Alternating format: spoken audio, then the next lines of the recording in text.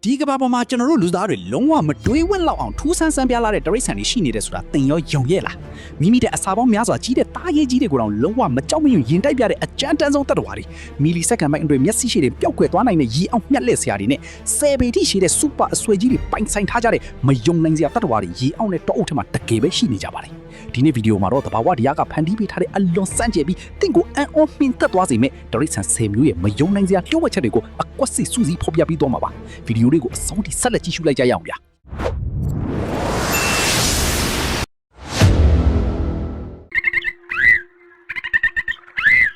ာပင်လေကြီးအောက်ထဲမှာကျွန်တော်တို့လူသားတွေလုံးဝမနားလည်နိုင်သေးတဲ့တီးတန့်ဘာသာစကားတစ်ခုနဲ့စကားတွေမနာတမ်းပြောဆိုနေကြတဲ့တတ္တဝါလေးတွေရှိတယ်ဆိုတာသင်သိပါသလာ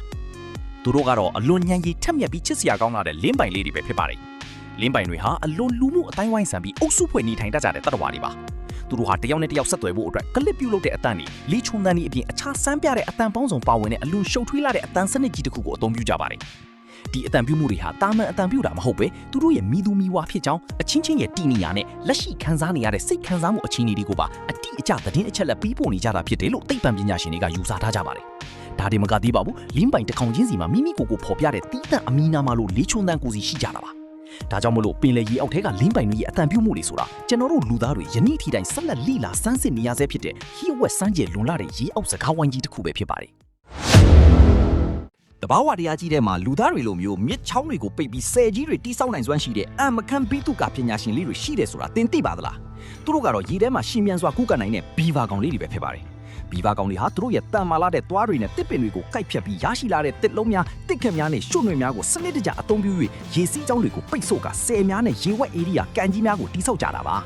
ဒီလိုဆယ်ကြီးတွေစောက်လို့ရတာဟာအကြောင်းပဲမဟုတ်ပါဘူးဒီစောက်လို့မှုတွေဟာဘီဗာကောင်တွေနဲ့သူတို့ရဲ့မိသားစုအတွက်ဘေးကင်းလုံခြုံတဲ့ခိုးလုံရအိမ်ဖြစ်ဖန်တီးပေးသလိုကုန်းဘက်ကရန်သူတားရဲတွေရန်ကနေကာကွယ်ဖို့လေအထောက်အကူပြုပါတယ်ဒါအပြင်အေးစက်တဲ့ရာသီဥတုမှာအစာရေစာတွေကိုလွယ်လွယ်ကူကူရရှိနိုင်ဖို့အတွက်လေတူလောင်ယုံတစ်ခုလိုအသုံးပြုကြတာဖြစ်ပါတယ်သူတို့ရဲ့စိတ်ဆောင်းမှုကြောင့်တဘာဝပတ်ဝန်းကျင်မှာရေဝက်ဧရိယာအသစ်တွေဖြစ်ပေါ်လာပြီးအခြားသောတတဝါပေါင်းများစွာအတွက်လေဂီဟာစနစ်တစ်တစ်ခုကိုဖန်တီးပေးရရောက်ပါတယ်ဒါကြောင့်မို့လို့ဘီဗာကောင်လေးတွေကိုတဘာဝတရားကဖန်တီးပေးထားတဲ့အမခန့်စူပါအင်ဂျင်နီယာလေးတွေလို့ခေါ်ဆိုကြတာဖြစ်ပါတယ်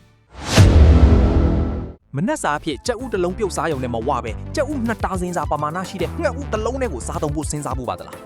းဒီနေ့မှာတော့ကမ္ဘာအကြီးဆုံးငှက်ဥပိုင်ရှင်ဖြစ်တဲ့ငှက်ကလအိုအော်စထရစ်တွေရဲ့မယုံနိုင်စရာဥကြီးတွေအကြောင်းအပြည့်စုံဖော်ပြပေးသွားပါမယ်ငှက်ကလအိုဥတွေဟာကမ္ဘာပေါ်မှာရှိတဲ့ငှက်မျိုးနွယ်အားလုံးရဲ့ဥတွေထဲမှာအကြီးမားဆုံးနဲ့အလေးဆုံးဖြစ်ပြီးအလေးချိန်အဖြစ်3ပေါင်နီးပါးထိလေးလံတာဖြစ်ပါတယ်သူတို့ရဲ့အရှိရာဆိုရင်လည်း6လက်မခန့်အထိရှိတာကြောင့်အာမန်ကြက်ဥပေါင်း24လုံးသို့မဟုတ်ကြက်ဥ2တာစင်စာပမာဏနဲ့လုံးဝတစ်ထပ်ထိညီမျှနေတာဖြစ်ပါတယ်ဒါပြင်ငှက်ကလအိုဥရဲ့အခွန်ဟာအလွန်တရာမှမာကျောခိုင်ခန့်တာကြောင့်လူတစ်ယောက်တိုက်ရက်လိုက်ရင်ပြီးကျိုးပတ်မသွားပဲခံနိုင်ရင်ရှိပါတယ်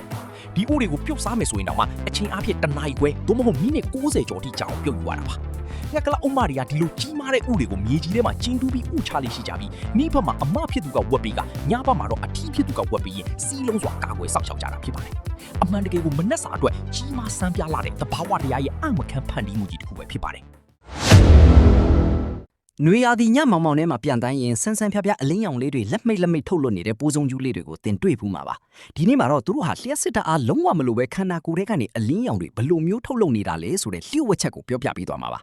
ပိုးစုံကျူးတွေဟာ bioluminescence ဇီဝအလင်းရောင်ထုတ်လွှတ်ခြင်းလို့ခေါ်တဲ့သဘာဝဓာတုဓာတ်ပြုမှုတစ်ခုကနေတဆင့်မိမိကိုယ်ပိုင်အလင်းရောင်ကိုသဘာဝကျထုတ်လွှတ်နေကြတာဖြစ်ပါတယ်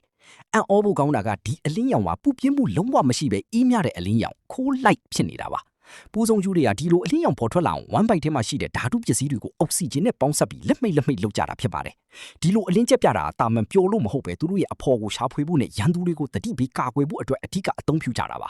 ပို့ပြီးဆန့်ပြတာကပိုးစုံကျူးမျိုးစိတ်တစ်ခုချင်းစီမှာတီးတန့်ကွဲပြားတဲ့အလင်းရောက်တဲ့ပုံစံလှိုင်းအကျဉ်းရည်နဲ့အတူအရှိစတဲ့ကိုယ်ပိုင်သင်္ကေတလှိုင်းပြစနစ်တွေအတီးတီးရှိကြတာပဲဖြစ်ပါတယ်နွေးထွေးတဲ့နွေရာသီညချမ်းလေးတွေမှာကောင်းကင်ထက်နဲ့တောအုပ်ထဲမှာပူစုံကျူးလေးတွေအဆုဝေးပြီးအလင်းပြကြတာဟာတဘာဝတရားကဖန်တီးပေးထားတဲ့အလွန်ကိုစမ်းကြယ်လှပတဲ့တဘာဝအလင်းပြပွဲကြီးတစ်ခုပဲဖြစ်ပါတယ်လူတိုင်းမှာထပ်တူမကြီးတဲ့ကိုယ်ပိုင်လက်ဝဲရတွေရှိကြသလိုပဲတိတ်ကလေးတွေမှာလည်းဘယ်တော့မှထပ်တူမကြနိုင်တဲ့ကိုယ်ပိုင်အကွက်ပုံစံလေးတွေရှိကြတယ်ဆိုတာသင်ရောသိပါသလာ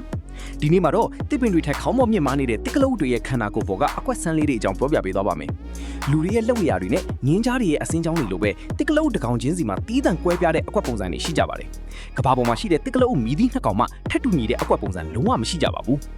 ဒီအကွက်ဆန်းလေးတွေဟာလှယုံနေမကပဲတစ်ပင်ရိပ်တွေနဲ့နေရောင်ကြီးထိုးဖောက်ကြရောက်တဲ့တောအုပ်ထဲမှာရန်သူတွေဘေးကနေကိုရောင်ဖျောက်ဖို့အတွက်အလွန်အထောက်အကူဖြစ်စေပါတယ်။ဒါအပြင်တိကလုံးအုပ်စုတွေထဲမှာအချင်းချင်းဘသူဘယ်ဝါဖြစ်တယ်ဆိုတာခွဲခြားသိရှိနိုင်မှုနဲ့တားမိအချင်းချင်းမှတ်မိစေဖို့အတွက်လည်းဒီအကွက်တွေကိုအဓိကအသုံးပြုကြတာပါ။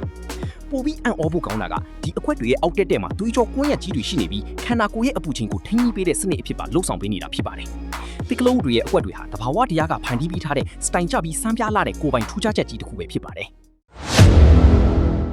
ကဘာပေါ်မှာခန္ဓာကိုယ်တစ်ခုလုံးကိုမာကြောတဲ့အကြီးခွင်နဲ့ဖုံးအုပ်ထားတဲ့တစ်ခုတည်းသောနှုတ်တိုက်တ attva ရှိတယ်ဆိုတာသင်ရောကြားဖို့ပါသလား။ဒီနေ့မှာတော့တဘာဝတရားရဲ့တန်ချက်ကရိုမန်စစ်သူကြီးလို့တင်စားရမယ်။တင်းခွေချက်ပန်ကိုလင်းလေးတွေအကြောင်းအပြည့်အစုံပြောပြပေးသွားပါမယ်။တင်းခွေချက်တရားကဘာပေါ်မှာအကြီးခွင်ပါရှိတဲ့တူးတဲသောနှုတ်တိုက်တ attva မျိုးနွယ်ဖြစ်ပါတယ်။သူတို့ရဲ့ခန္ဓာကိုယ်ကိုဖုံးအုပ်ထားတဲ့အကြီးခွင်တွေဟာလူတွေရဲ့လက်သေးခြေသေးတွေလိုပဲကာရာတင်ဆိုတဲ့ဓာတ်နဲ့ဖွဲ့စည်းထားတာဖြစ်ပြီးအလွန်တရာမှမာကြောလာပါတယ်။ရန်သူသားရဲတွေနဲ့အန်ဒီရဲကြုံတွေ့ရတဲ့အခါမျိုးမှာတင်းခွေချက်တရားသူတို့ရဲ့ခန္ဓာကိုယ်ကိုတင်းကျပ်စွာနဲ့လုံးဝိုင်းနေတဲ့အလုံးအဖြစ်လိမ့်လိုက်ကြပါတယ်။ဒီလိုလိမ့်လိုက်တဲ့အခါမာကြောလုံးတဲ့အကြီးခွင်တွေကအပြင်ဘက်မှာဒိုင်းကာတဲ့ပွဲတီးရှိသွားပြီးချင်းသေးကြားနဲ့တစ်ကလအုပ်လိုသားရဲကြီးတွေတောင်မှကိုက်ဖြတ်ဖြက်စီးလို့မရနိုင်အောင်အကောင်းဆုံးကာကွယ်ပေးထားတာပါ။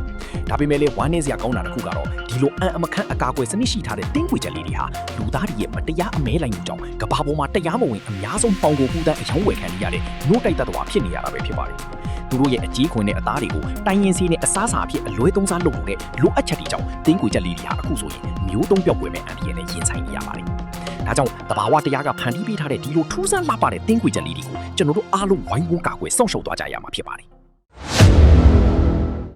ပင်လယ်ရေပြင်အောက်မှာဒါနာရီထဲကကြန့်တူတော့ယူနီကောင်းလိုမျိုးဥချိုအရှိကြီးနဲ့ကူးခတ်နေတဲ့ဝေလငါးမျိုးစိတ်ရှိတယ်ဆိုတာသင်ရောယုံကြည်နိုင်စကားဒီနေ့မှာတော့အေးဆက်လာတဲ့အာတစ်ဆက်ဝိုင်းရေပြင်မှာပဲတွေ့ရှိရတဲ့နော်ဝေလို့ခေါ်တဲ့ဝေလငါးစမ်းလေးတွေကြောင့်ပြောပြပေးသွားပါမယ်။နော်ဝေဝေလငါးတွေမှာမျက်စိမှားလောက်အောင်ကိုစမ်းပြတဲ့ဆယ်ဘီအထိရှည်လာနိုင်တဲ့ခရူးပတ်ပုံစံအဆွေကြီးတစ်ခုပါရှိပါတယ်။တကယ်တော့ဒီအဆွေဆိုတာဥချိုမဟုတ်ပဲသူတို့ရဲ့အထက်မေးယူကနေထိုးထွက်လာတဲ့အလွန်ရှည်လာတဲ့သွားတစ်ချောင်းပဲဖြစ်ပါတယ်။ဒီအဆွေကြီးရဲ့တိကျတဲ့လှုပ်ဆောင်ချက်ကိုသိပ္ပံပညာရှင်တွေကြားယနေ့ထိတိုင်အငင်းပွားနေကြဆဲဖြစ်ပေမဲ့အဆွေပေါ်မှာအာယုံခံဆေးပေါင်းတန်းနေကြီးပါဝင်နေတာကြောင့်ရည်တုရဲ့စားပါဝင်မှုနဲ့အပူကြီးကိုအာယုံခံဖို့အတွက်အဓိကအသုံးပြုကြတာဖြစ်တယ်လို့ယူဆထားကြပါတယ်။ဒါပြင်အတိုင်းဝိုင်းအတွင်းအချင်းချင်းအဓိကနေရာရရှိဖို့နဲ့ခေါင်းဆောင်မှုပြသတဲ့နေရာတွေမှာလေဒီအဆွေကြီးကိုထုတ်သုံးနေရှိကြပါတယ်။အာတိရေခဲပြင်အောင်မှာအမခံကူးခတ်နေကြတဲ့နော်ဝေဝေလငါးတွေဟာအမှန်တကယ်ကိုပင်လယ်ပြင်ရဲ့ကြန့်တူတော့ယူနီကောလို့တင်စားရလောက်အောင်ကိုတဘာဝတရားရဲ့စမ်းကြယ်လာတဲ့ဖန်တီးမှုကြီးတစ်ခုပဲဖြစ်ပါတယ်။စက္ကန့်ပိုင်းမဟုတ်ပဲမီလီစက္ကန့်ပိုင်းအတွင်းမှာတိကျလှစွာအယောင်နဲ့အရေပြားပုံသဏ္ဍာန်ကိုအလို့အလျောက်ပြောင်းလဲပြီးမျက်စိရှိတဲ့မမြင်ရအောင်ပျောက်ကွယ်သွားနိုင်တဲ့ရေအောက်ကဘာကစူပါမြက်လဲဆရာလေးတွေကြောင့်သင်ကြားမှုပါသလားဒီနေ့မှာတော့ပင်လယ်ရေအောက်ထဲမှာကိုရောင်ဖြောက်တာနဲ့ပတ်သက်ရင်ဆရာတဆူလို့တင်စားရမယ် cuttlefish လို့ခေါ်တဲ့အယိုးပါရေဘဝဲမျိုးနွယ်လေးတွေကြောင့်ပြောပြပေးတော့ပါ cuttlefish တွေကသူတို့ရဲ့အရေပြားအယောင်နဲ့ပုံသဏ္ဍာန်ထုတဲ့ကိုမီလီစက္ကန့်ပိုင်းအတွင်းမှာပြောင်းလဲလိုက်ပြီးပတ်ဝန်းကျင်နဲ့လုံးဝရောနှောသွားအောင်ပြုလုပ်နိုင်ကြပါတယ်သူတို့ရဲ့အရေပြားအောက်မှာ chromatophores လို့ခေါ်တဲ့အထူးရောင်ချယ်ဆဲလ်ပေါင်းတန်းနဲ့ချီပါဝင်နေတာကြောင့်အနီးနားမှာရှိတဲ့ပင်လယ်ရေညှိရေမိုးတွေတဲသွင်းတဲ့မြေပြင်တွေသို့မဟုတ်ကြောက်တုံးကြောက်ဆောင်တွေရဲ့အသွင်သဏ္ဍာန်အယောင်နဲ့အကြီးခွန်အထုတဲ့တိကျစွာတုပဖန်တီးလိုက်နိုင်တာပါဒီလိုကိုရောင်ဖြောက်တဲ့စွမ်းရည်ကိုအသုံးပြုပြီးရန်သူသားရဲတွေရဲ့အန်ဒီရဲကနေဘေးကင်းအောင်ပုံအောင်ကြတယ်အခြားသားကောင်သမားတွေကိုလည်းသူတို့လုံးဝမယိမ့်မိအောင်အနီးကပ်ချင်းကနည်းလိုက်ကြတာဖြစ်ပါတယ်ပင်လယ်ရေအောက်ကဘာရဲ့အံ့မခန်းအလှည့်အစားဆုံးမျက်လည်စရာကြီးတွေလို့ပြောရင်လုံးဝမမားပါဘူးခင်ဗျာမိမိတဲ့အစားပေါင်းများစွာကြီးမားတဲ့သားရဲကြီးတွေကိုပဲလုံးဝမကြောက်မရွံ့နဲ့ပြန်လဲတိုက်ခိုက်အနိုင်ယူနိုင်တဲ့တောရိုင်းကဘာရဲ့အကြမ်းတမ်းဆုံးတတ္တဝါလေးအကြောင်းသင်ကြားဖို့ပါသလားဒီနေ့မှာတော့ရုံးရင်ဆန်ခတ်မှုတွေရဲ့ဘယင်းလို့တင်စားရမယ် Wolverine ကောင်လေးတွေရဲ့မယုံနိုင်စရာတန်မာမှုနဲ့ကြမ်းတက်မှုအကြောင်းပြောပြပေးတော့ပါမယ် Wolverine ဆိုတာ Marvel ရုပ်ရှင်တွေကဇက်ကောင်တွေမဟုတ်ပဲတကယ်လက်တွေကဘာမှလည်းအလွန်တရာမှတန်မာပြီးဇွဲထက်တန်တဲ့တောရိုင်းတတ္တဝါတစ်ကောင်ဖြစ်ပါတယ်သူတို့ဟာအရွယ်အစားအဖြစ်ကြောင်ကြီးတစ်ကောင်သို့မဟုတ်ခွေးအလတ်စားလောက်ပဲရှိပေမဲ့ခန္ဓာကိုယ်တီဆောက်ပုံကတော့စူပါတန်မာလာပါတယ်ကြောင်ရုံမှုလုံးဝမရှိတဲ့ Wolverine တွေဟာမိမိထက်အစာပေါင်းများစွာကြီးမားလာတဲ့တမင်ကြီးတွေတစ်ကလအုပ်နဲ့ဝက်ဝွန်ဘလွေတွေကိုပဲလုံးဝမစုံမနေပဲရဲရဲဝံ့ဝံ့ can chase away wolves to steal their သူတို့မှာအလွန်ခိုင်မာတဲ့မေးရိုးနဲ့ထက်မြက်လာတဲ့လက်သေးတွေပါရှိတာကြောင့်အီးခဲနေတဲ့အသားတွေနဲ့အယိုးဆက်တွေကိုပဲလွယ်ကူစွာကိုက်ဖြတ်စားသုံးနိုင်ကြပါတယ်ဒါပြင်ဘဲတော်မှာအရှုံးမပေးတတ်တဲ့သူတို့ရဲ့ဇွဲထက်တန်မှုနဲ့ကြမ်းတမ်းမှုတွေကြောင့်တောရိုင်းကဘာမှာဝက်ဝွန်နဲ့ဝွန်ဘလွေအုပ်တွေတောင်မှ Wolverine နဲ့ထိတ်တိုက်တွေ့ဖို့ရှောင်ရှားကြတာဖြစ်ပါတယ်အမှန်တကယ်ကိုတဘာဝတရားရဲ့စူပါစစ်တီတော်ကြီးပဲဖြစ်ပါတယ်မပြန်တန်းနိုင်တဲ့ငှက်တစ်ကောင်ဟာအစာကိုမျက်စိနဲ့မမြင်ရသေးခင်အနက်နဲ့တင်အတိကျရှာဖွေနိုင်ပြီးခန္ဓာကိုယ်ရဲ့9ပုံ10ပုံလောက်ရှိတဲ့အလွန်ကြီးမားတဲ့ဥကြီးကိုဥချနိုင်တယ်ဆိုတာသင်ရောယုံရဲ့လား ဒီနေ့မှာတော့နယူးဇီလန်နိုင်ငံရဲ့သင်္ကေတတစ်ခုဖြစ်တဲ့ထူးဆန်းဆန်းပြလာတဲ့ကီဝီငှက်လေးတွေကြောင့်ပြောပြပေးသွားပါမယ်ကီဝီငှက်တွေကကမ္ဘာပေါ်မှာရှိတဲ့အခြားသောငှက်မျိုးနွယ်တွေနဲ့မတူပဲအလွန်ထူးခြားတဲ့ခန္ဓာကိုယ်တိဆောက်ပုံရှိကြပါတယ်အဓိကထူးခြားချက်ကတော့သူတို့ရဲ့ရှည်လျားတဲ့နှုတ်သီးရဲ့ထိပ်ဖျားတဲ့မှာနှာခေါင်းပေါက်ပါရှိတာပဲဖြစ်ပါတယ်ဒါကြောင့်မလို့သူတို့ဟာအစာကိုမမြင်ရသေးခင်မှာပဲမြေကြီးအောက်ထဲမှာရှိတဲ့ပြည့်ရက်စိတ်နဲ့တီကောင်တွေကိုအနံ့ခံပြီးအတိအကျဖမ်းယူစားသုံးနိုင်တာပါ ဒါတင်မကသေးပါဘူးကီဝီငှက်မတွေဟာမိမိရဲ့ခန္ဓာကိုယ်အရွယ်စားရဲ့20ရာခိုင်နှုန်းသို့မဟုတ်9ပုံတစ်ပုံထိရှိတဲ့မယုံနိုင်စရာကြီးမားလာတဲ့ဥကြီးတွေကိုဥချကြတာဖြစ်ပါတယ်။ညီငှက်တစ်ကောင်ဖြစ်တာကြောင့်ညဘက်မှာသာအပြင်ထွက်လိရှိပြီးတောအုပ်ထဲမှာတိတ်ဆိတ်စွာတွာလာလှုပ်ရှားတတ်တာအလွန်ထက်မြက်တဲ့အနံ့ခံစွမ်းရည်ရှိတာတွေကြောင့်ကီဝီငှက်လေးတွေကိုတဘာဝတရားကဖန်တီးပေးထားတဲ့အမွှေးတောင်ဝတ်ဆင်ထားတဲ့နင်ဂျာစစ်တီတော်လေးလို့တင်စားခေါ်ကြတာပဲဖြစ်ပါတယ်။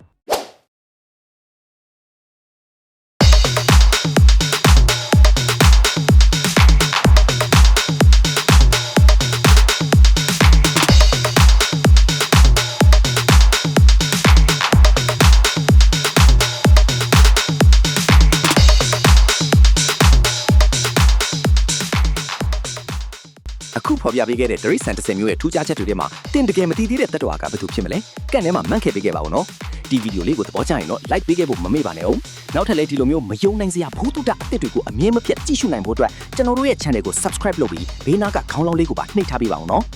အားလုံးပဲကြည့်ရှုပေးတဲ့အတွက်ကျေးဇူးအထူးတင်ရှိပါတယ်နောက်ဗီဒီယိုမှာပြန်လည်ဆုံတွေ့ကြပါမယ်ခင်ဗျာ